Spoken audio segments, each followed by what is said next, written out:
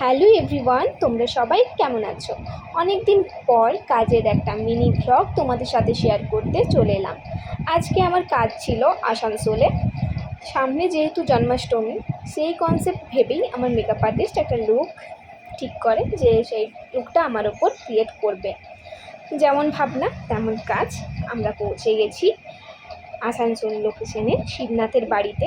যেহেতু শিবনাথ ফ্লাওয়ারের জুয়েলারিগুলো সব নিজের হাতে বানিয়েছে, ময়ূরের যে মাথার মুকুট টাইপের দেখলে প্রত্যেকটা জিনিস ও নিজের হাতে বানিয়েছে। তারপর শিবনাথের বাড়ি থেকে আমরা পৌঁছে যাই পূজাদির স্টুডিও। তারপর বসে গেছি মেকআপের জন্য, শাড়ি টাড়ি পরে রেডি হয়ে। মেকআপের মাঝে ক্লিপ নেওয়া হয়নি।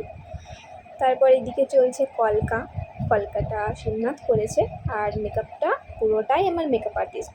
আমার মেকআপ আর্টিস্ট একদম নতুন এই প্রফেশনে, কিন্তু কাজ দেখে কেউ বলবে না আমি একটা কিছু হাত লাগাইনি।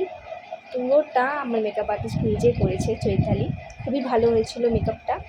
আর আমার সঙ্গে কাজ করার ওর অনেক দিন ধরে ইচ্ছা ছিল, স্টুডেন্ট এক্সামের জন্যও বলেছিল, কিন্তু আমি যেহেতু স্টুডেন্ট এক্সাম করি না তাই করতে পারিনি। কিন্তু আমি বলেছিলাম পার্সোনাল শ্যুট হবে, নিশ্চয়ই আমি করব তোমার সঙ্গে কাজ। তো ফাইনালি কাজটা করলাম দুজনে একসাথে। খুব ভালো লাগলো ওর সঙ্গে কাজ করে, আর লুকটা খুবই সুন্দর হয়েছিল।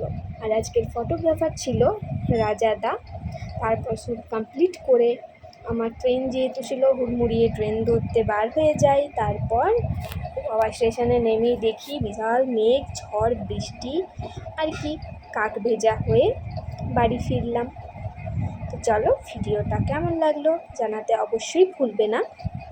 লুকটার আজকে কেমন হয়েছে সেইটাও জানিও। আর আমার চ্যানেলটা প্লিজ প্লিজ প্লিজ সাবস্ক্রাইব করে দিও, লাইক করে দিও। আর চলো আর কি বলি, দেখা হচ্ছে নেক্সট ভিডিওতে। টাটা।